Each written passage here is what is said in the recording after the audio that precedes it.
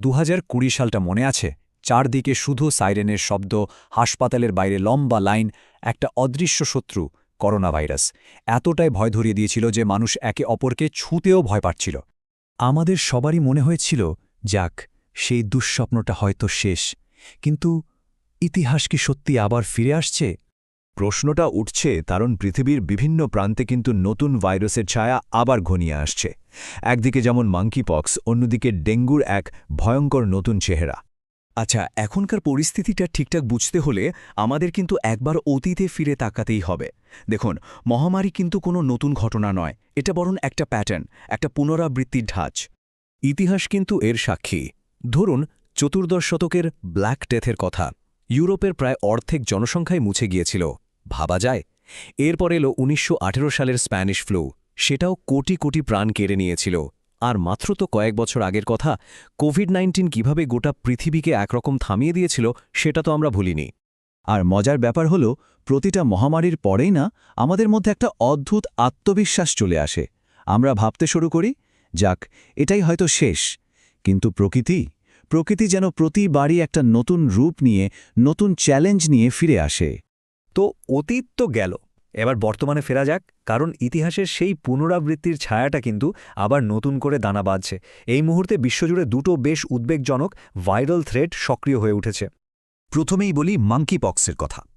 ২০২৪-২৫ সাল নাগাদ হঠাৎ করে এইটা আফ্রিকা থেকে ইউরোপ, আমেরিকা, এমনকি এশিয়াতেও ছড়িয়ে পড়তে শুরু করেছে।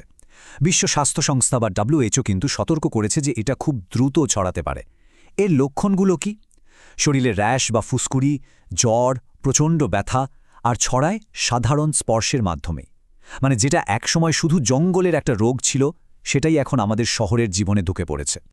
আর দ্বিতীয় যে আতঙ্কটা, সেটা হলো ডেঙ্গু। তবে এটা আমাদের চেনা ডেঙ্গু নয়, এর একটা ভয়ঙ্কর নতুন রূপ। সমস্যাটা হলো চিকিৎসকরা একটা নতুন, আরও এগ্রেসিভ স্ট্রেন খুঁজে পেয়েছেন, যেটা অবিশ্বাস্য দ্রুতগতিতে প্লেটলেট কমিয়ে দিচ্ছে। আর সবচেয়ে চিন্তার বিষয় কি জানেন? শিশু আর তরুণীরাই এর প্রধান শিকার হচ্ছে। মানে, যেটাকে একসময় আমরা সাধারণ জ্বর বলে হয়তো তেমন পাত্তা দিতাম না, সেটাই এখন প্রাণঘাতী হয়ে উঠেছে। কিন্তু প্রশ্নটা হলো, হঠাৎ করে ঠিক এখনই কেন এমনটা হচ্ছে? কেন এই ভাইরাসগুলো এত ভয়ঙ্কর হয়ে উঠছে? আসলে কোন কারণগুলো মিলেমিশে এই নতুন রোগগুলোর জন্য একটা পারফেক্ট স্টর্ম তৈরি করেছে। মানে এমন একটা পরিস্থিতি যা ভাইরাসদের জন্য বিশ্বজুড়ে ছড়িয়ে পড়ার একটা হাইওয়ে বানিয়ে দিয়েছে। বিশেষজ্ঞরা বলছেন এর পেছনে মূলত 4টে বড় কারণ আছে। এই 4টে কারণ মিলে ভাইরাসের জন্য একটা গ্লোবাল হাইওয়ে তৈরি করে দিয়েছে। প্রথমটা হলো ক্লাইমেট চেঞ্জ বা জলবায়ু পরিবর্তন। এর ফলে জীবজন্তুরা তাদের স্বাভাবিক বাসস্থান থেকে বেরিয়ে আসতে বাধ্য হচ্ছে। দ্বিতীয়টা ডিফরেস্টেশন, মানে নির্বিচারে জঙ্গল কেটে ফেলা। এতে বন্যপ্রাণী আর মানুষ একদম কাছাকাছি চলে আসছে। তৃতীয়, গ্লোবাল ট্র্যাভেল।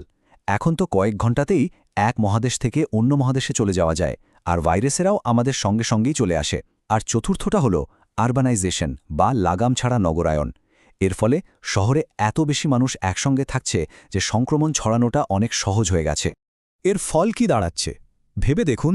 আজ আফ্রিকার কোনো এক জায়গায় জন্ম নেওয়া একটা ভাইরাস মাত্র ২৪ ঘণ্টারও কম সময়ে দিল্লি বা কলকাতার মতো কোনো জনবহুল শহরে পৌঁছে যেতে পারে। এটাই আজকের দিনে সংক্রমণের গতি।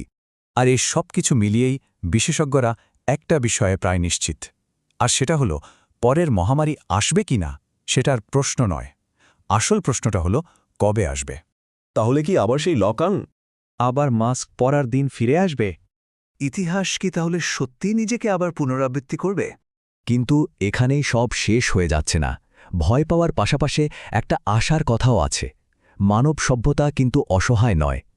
বিপদ যেমন বেড়েছে, তেমনি আমাদের লড়াই করার শক্তিও অনেক বেড়েছে। ব্যাপারটা অনেকটা এরকম, লড়াইটা এখন দুটো দিকেই চলছে। একদিকে যেমন বিপদগুলো বড় হয়েছে, যেমন ভাইরাসগুলো এখন আরও মারাত্মক, আরও দ্রুত ছড়াচ্ছে, এমনকি এমনও হতে পারে যে তার কোনো নিরাময় নেই। কিন্তু অন্যদিকে আমাদের শক্তিও কিন্তু কম বাড়েনি। এখন আমরা অবিশ্বাস্য কম সময়ে ভ্যাকসিন তৈরি করতে পারি। আমাদের চিকিৎসা বিজ্ঞান আগের থেকে অনেক উন্নত, আর কোভিড থেকে শিক্ষা নিয়ে বিশ্বজুড়ে আমাদের প্রস্তুতিও এখন অনেক ভালো। এই লড়াইয়ের সবচেয়ে বড় অস্ত্রটাই হল প্রস্তুতি বা প্রিপেয়ার্ডনেস। এর মানে কি? এর মানে হল ভবিষ্যতে কোনো বিপদ আসতে পারে এটা ধরে নিয়ে তার জন্য তৈরি থাকা। আর এই প্রস্তুতির মধ্যে কিন্তু দুটোই আছে। বিজ্ঞান যেমন আছে, তেমনি আমাদের ব্যক্তিগত দায়িত্ব আছে। এই প্রস্তুতিতে আমাদের সবারই কিন্তু কিছু করার আছে, খুব সাধারণ কিন্তু জরুরি কিছু কাজ, যেমন ব্যক্তিগত আর চারপাশের পরিচ্ছন্নতা বজায় রাখা, নিজের এলাকায় মশার বংশবিস্তার নিয়ন্ত্রণ করা, শরীর খারাপ লাগলে দেরি না করে টেস্ট করানো, আর সবচেয়ে জরুরি হল গুজবে কান না দিয়ে যাচাই করা তথ্যের ওপর বিশ্বাস রাখা। ইতিহাস আমাদের একটা জিনিস খুব পরিষ্কার করে দেখায়, ভাইরাস আসবেই, এটা একটা সত্যি। কিন্তু ইতিহাস এটাও দেখায় যে মানব সভ্যতা প্রতিবার লড়াই করে, পরিস্থিতির সাথে মানিয়ে নেয় এবং শেষ পর্যন্ত টিকেও থাকে। কিন্তু শেষ প্রশ্নটা থেকেই যায়, পরবর্তী মহামারী যখন আসবে আমরা কি প্রস্তুত থাকব? কারণ শত্রু অদৃশ্য হতে পারে, কিন্তু বিপদটা একদম বাস্তব।